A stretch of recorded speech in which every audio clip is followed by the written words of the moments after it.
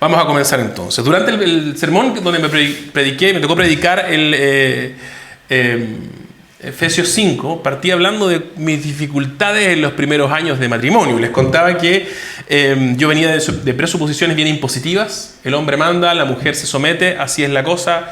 Y más allá de una cuestión de casa en realidad, porque mi papá no era tan impositivo y mi mamá era la que, como muchas veces ocurre en la familia chilena, la que llevaba las riendas de la casa.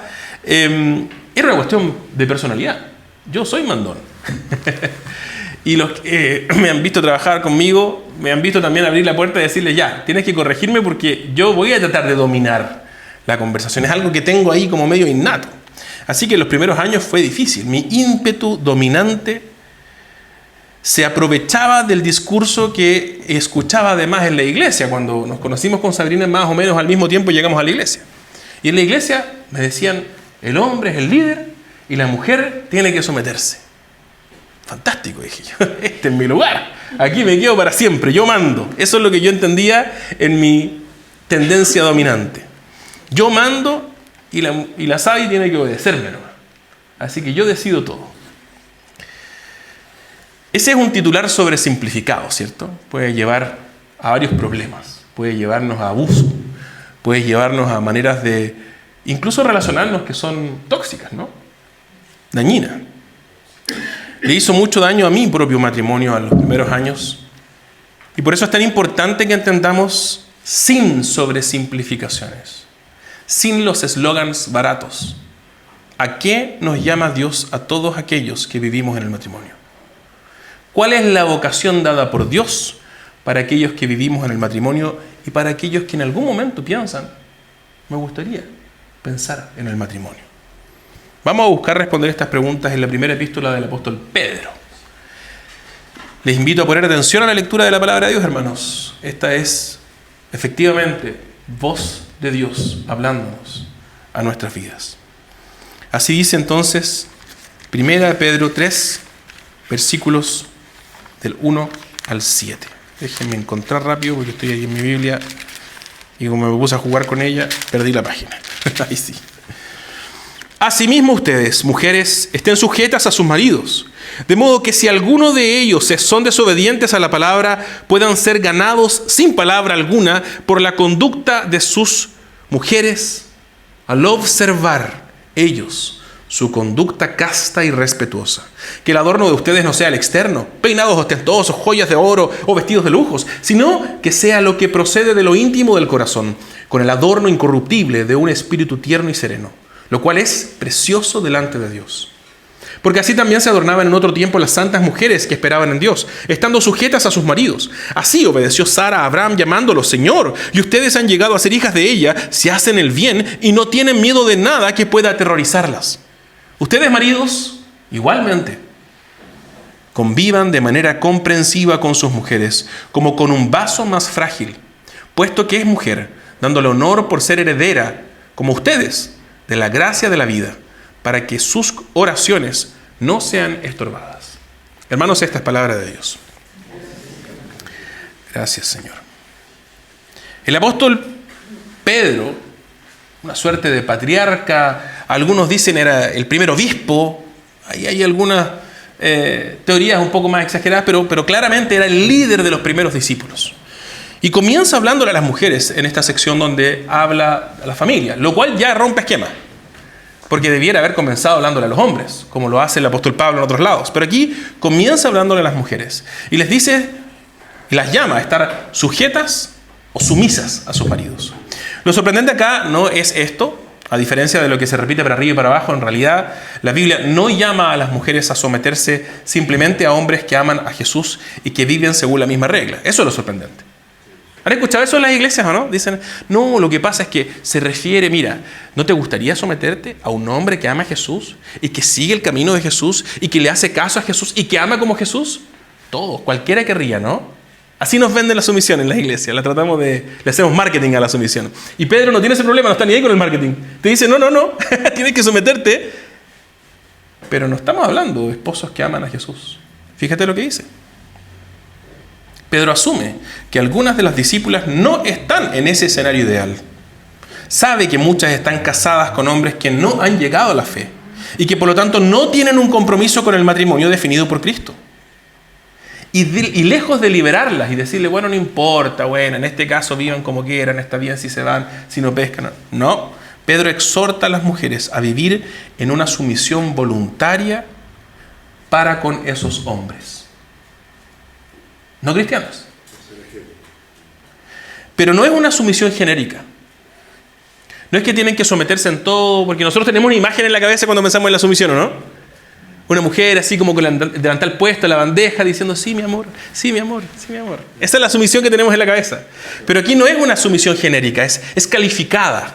Fíjate, está calificada como respetuosa y casta en el verso 2.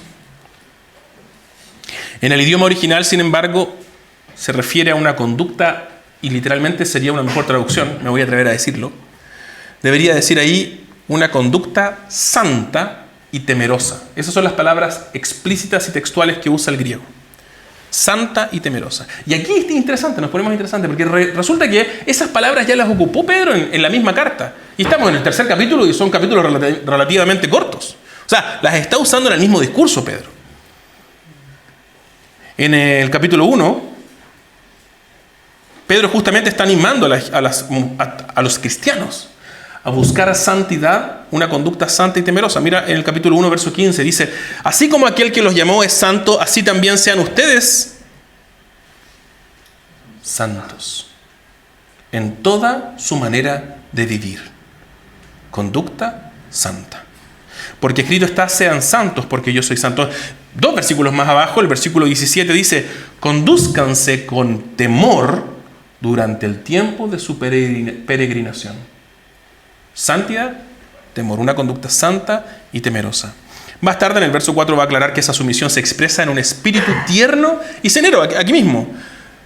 Espíritu tierno y sereno. Ok, perfecto. A eso se refiere.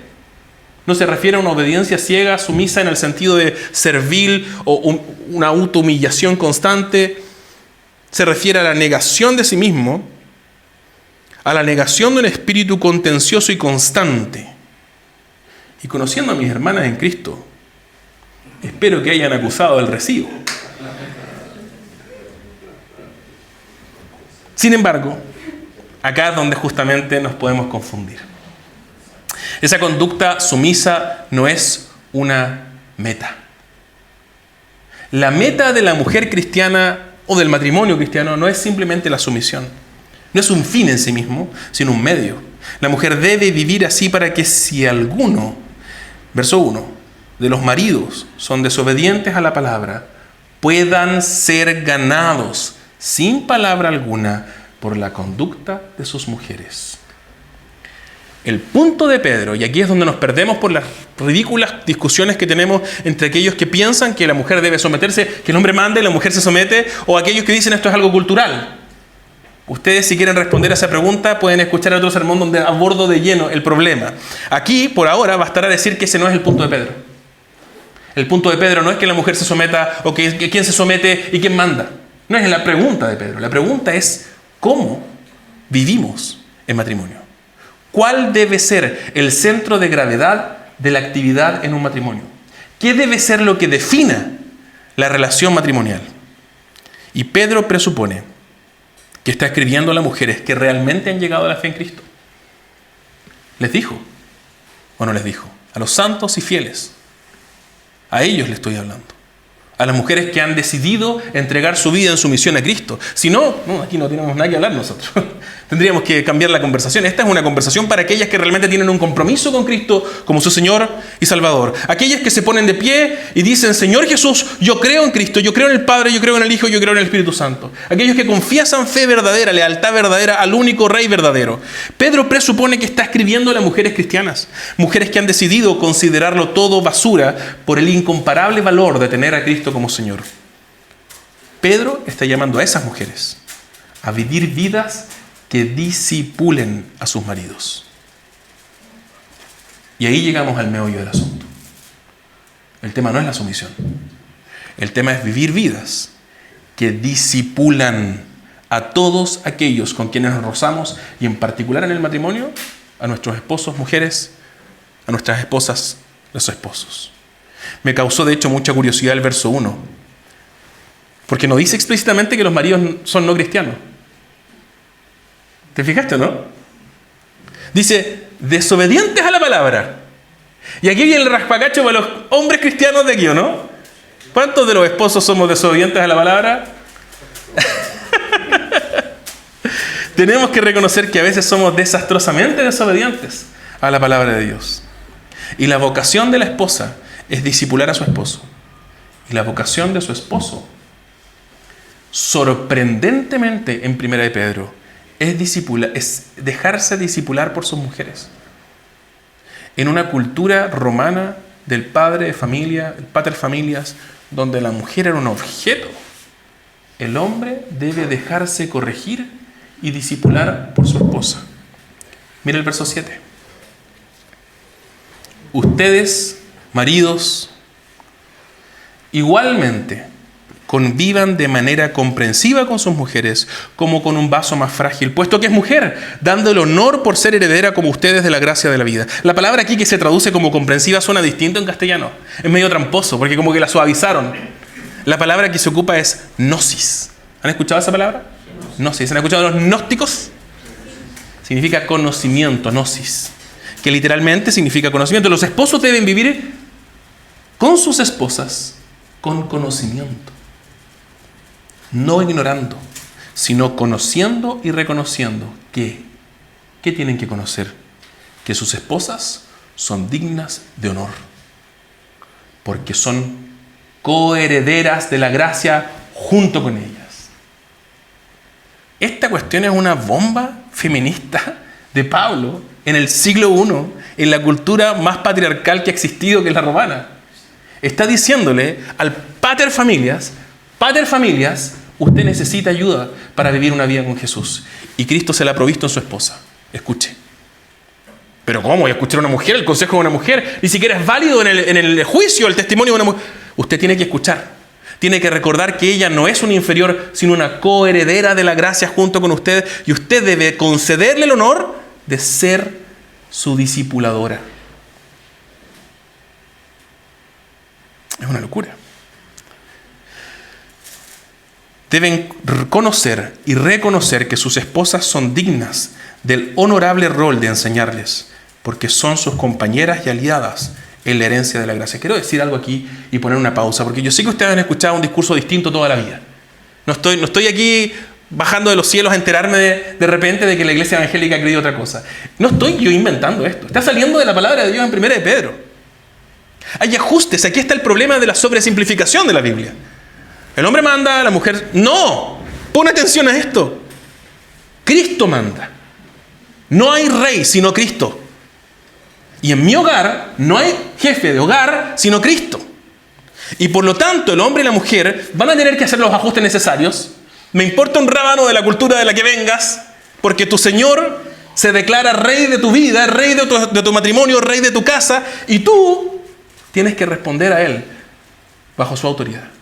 Y Él te llama a escuchar con humildad a tu esposa, porque Él quiere usarla para discipularte. Vale aclarar, por supuesto, que este no es un asunto de roles. Pedro no está diciendo, bueno, la mujer tiene el rol de discipular al hombre y hasta ahí llegamos. La mujer no tiene por qué escuchar el consejo del hombre. No está diciendo eso.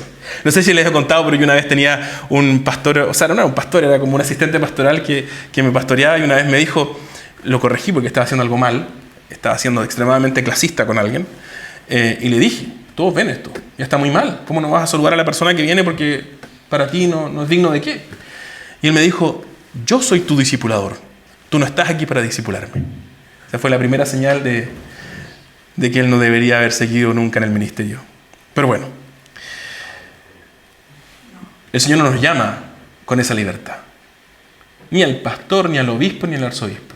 Tengo el privilegio de tenerlos a los dos como amigos, al arzobispo Enrique y al obispo Juan Esteban, y doy fe de que sí se dejan corregir, porque necesitamos corrección. Todos nosotros necesitamos de otros que nos ayuden. Y esto no es un rol de género, no es la ley del embudo. En Efesios, de hecho, el apóstol Pablo va a describir el rol del hombre de discipular a la mujer.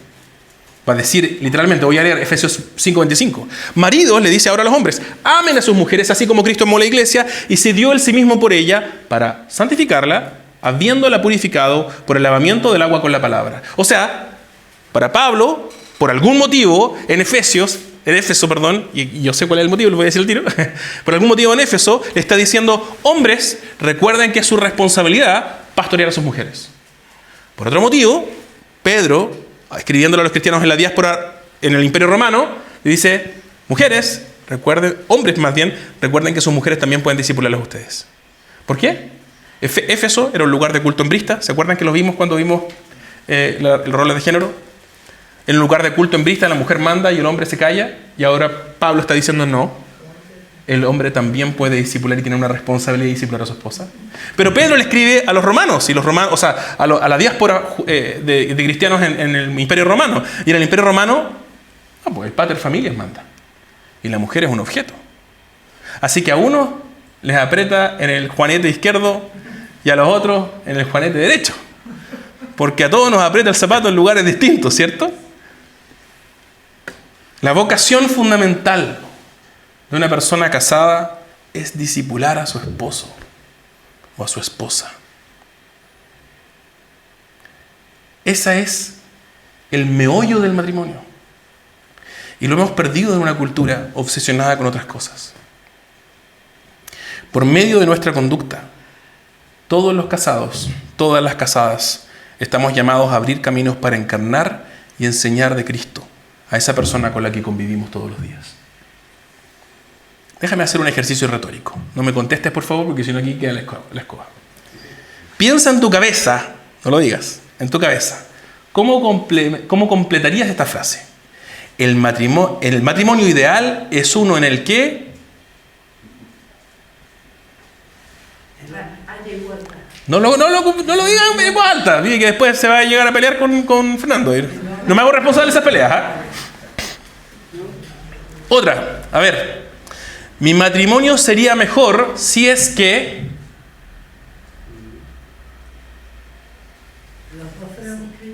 No lo digas en voz alta. ¿Menos pelea? Mi matrimonio sería mejor si tuviéramos menos pelea.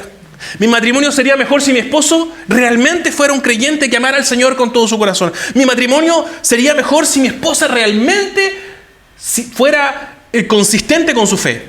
Mi matrimonio sería mejor si fuera más romántico. Le falta romanticismo. Mi matrimonio sería mejor si tuviéramos una vida sexual más activa. Mi matrimonio sería mejor si es que guardáramos la forma, la figura, no sé. Si fuéramos más autónomos, ya me tiene un poco chato esto. Mi matrimonio sería mejor si fuéramos más autónomos. Mi matrimonio sería mejor si no hubiera tanto celo. Eso me gustaría que le cambiara. Todos tenemos nuestras propias ideas de lo que es necesario para nuestros matrimonios. Sin embargo, Dios nos dejó 1 de Pedro 3 y todo el Nuevo Testamento para recordarnos que Él creó el matrimonio cristiano principalmente como un espacio seguro para discipularnos mutuamente. Tu matrimonio sería mejor si te hicieras cargo de esto. Tu matrimonio sería mejor si consistentemente discipularas a tu esposo y te permitieras discipular por él. Matrimonios, prioricen una intimidad relacional que les permita discipular y ser discipulados. No se conformen con la superficialidad vacía. Porque hay algunos que dicen, no, estamos muy ocupados, así que las conversaciones son, ¿pagaste la cuenta? No pagaste, voy a dejar a los niños, chao. Listo. Nos pasa, ¿no? En Santiago la vida es loca y a veces así podemos llevar a cabo nuestros matrimonios. No se conformen con la superficialidad vacía. No rehuyan del conflicto. Esta es otra, ¿no? ¿Para qué vamos a pelear? Mejor ni hablamos. Y pasa una semana. Y pasaron 3 meses. Y lo establecimos como normalidad. Y tenemos 65 años y ya se nos olvidó por qué estamos juntos. Porque ¿para qué pelear? ¿Cierto? Yo no sé si les he contado la historia, pero creo que sí. De unos amigos que siempre veíamos con Sabrina y decíamos, oye, esos gallos nunca pelean. Qué lindo matrimonio. Qué bonito. Mira, nosotros estamos peleando todos los días. Mira cómo son ellos, maravillosos. Y una vez salimos de vacaciones con ellos. Y ahí descubrimos por qué no peleaban. Había uno que mandaba y el otro que obedecía todo el rato. No había espacio para la corrección. No había una cultura de discipulado. Las culturas de discipulado son difíciles. Porque significa que te van a decir, hey, aquí, ¿qué estás diciendo? ¿Qué estás pensando aquí? No te niegues a ti mismo la posibilidad de ver lo que no ves por ti mismo. No rehuyan del conflicto. No le niegues a tu cónyuge la bendición de la corrección. Permítanse guiarse mutuamente a Cristo. Si somos los discípulos de Jesús, entonces estamos llamados a atesorar el señorío de Cristo. Estamos llamados a buscar vivir con Cristo como Señor. Y nuestros matrimonios son el lugar provisto por Dios para ello. Si tú estás soltero o soltera, pregúntate si esa persona, si ese ideal, si esa lista de prioridades, mira, necesito que esta persona tenga 1, 2, 3, ok, ojos azules, medidas no sé cuánto, que gane 200 millones de pesos al mes. Pregúntate, en primer lugar, si esa persona realmente te va a poder discipular. Porque si la respuesta es no, entonces estás firmando un contrato de por vida y estás hipotecando tu vida, amigo. En un océano de ideas diferentes y de discursos contradictorios cristianos respecto del matrimonio, hay ciertas conversaciones más importantes que otras. Y esta es una prioridad en el Nuevo Testamento. La vocación cristiana del matrimonio es el discipulado mutuo. En el matrimonio estamos llamados por Dios a cuidarnos mutuamente de caminar en el camino correcto, en nuestras vidas cotidianas y eternas. En su ópera magna, El Señor de los Anillos, el gran literato John Ronald Reuel Tolkien dijo, inventó esta idea de los Ents. Los fanáticos, yo soy fanático de Tolkien. Los Ents, que eran una suerte de pastores de árboles. Se veían como árboles gigantes que hablaban y se movían. Es todo un mundo fantástico, maravilloso, se los recomiendo 100%. Era un cristiano que amaba al Señor. En el libro, los Ents han perdido a sus esposas, trágica y misteriosamente. Y viven solos, sin esposas, llorando y lamentándose continuamente por la falta de aquello que Dios les había provisto para su sustento.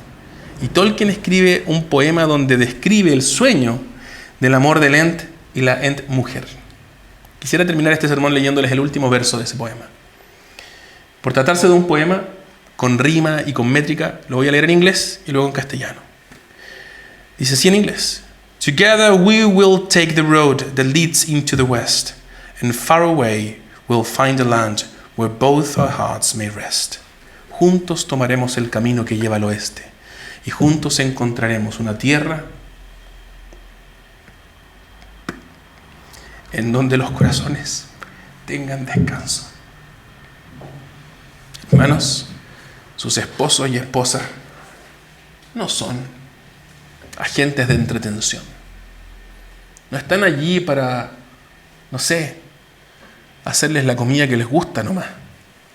Sus esposos y esposas son esos compañeros, coherederos, dispuestos por Dios para que juntos encontremos descanso en el camino y en la meta.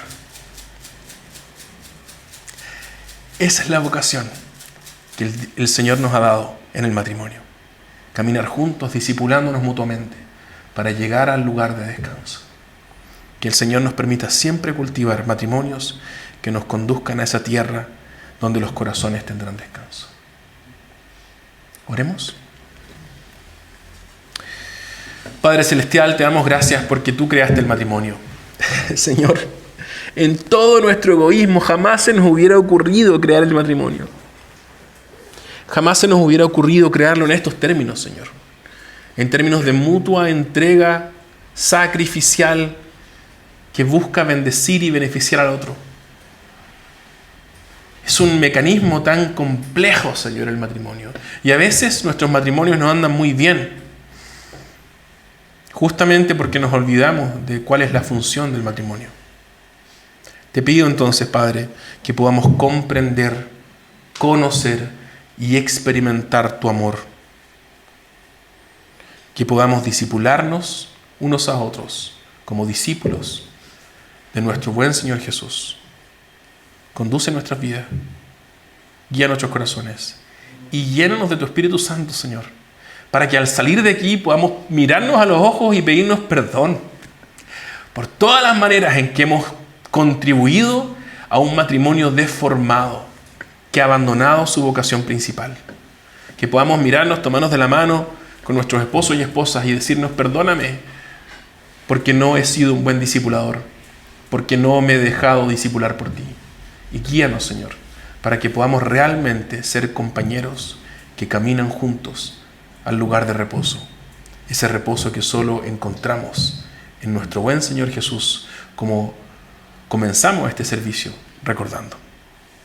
Te pedimos, Padre, que nos acompañes, nos guíes y nos ayudes a recordar siempre que el único lugar verdadero de descanso es justamente cuando estamos contigo.